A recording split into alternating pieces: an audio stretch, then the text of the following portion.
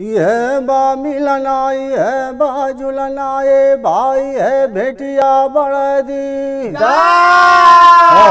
दीदार कह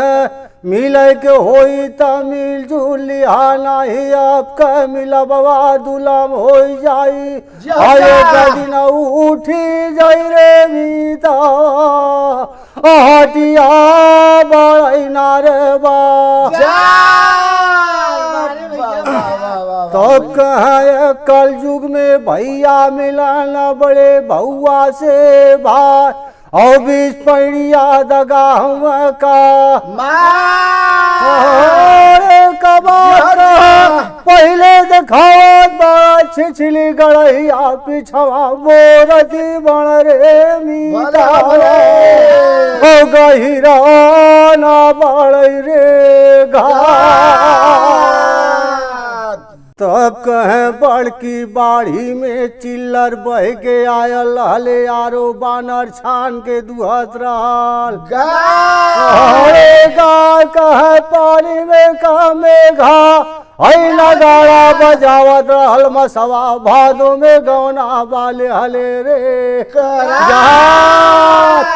अरे कहे छछुल्ला रहल जवान हरे घरे पुड़ी पोत रहल मन था महाराज बड़े रे लोगा मानु बड़े नारे बीला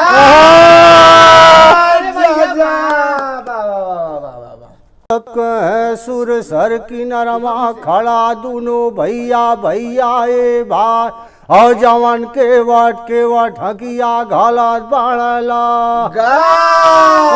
अरे लगा कह जल्दी से नैया लिया खेवाइया हम तीनों मुरातिया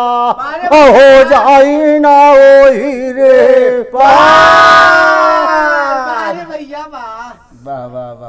तो कहे बोलला मलहवा भगवन लगे हमें डरिया जवन जादूगर पौआ बड़े तो अरे तोहार कहे कठवा का नैया हो जाई लुगैया है कैसे कहे लाछी मार परिवार आजी है नारे हा बाबा क्या बात है।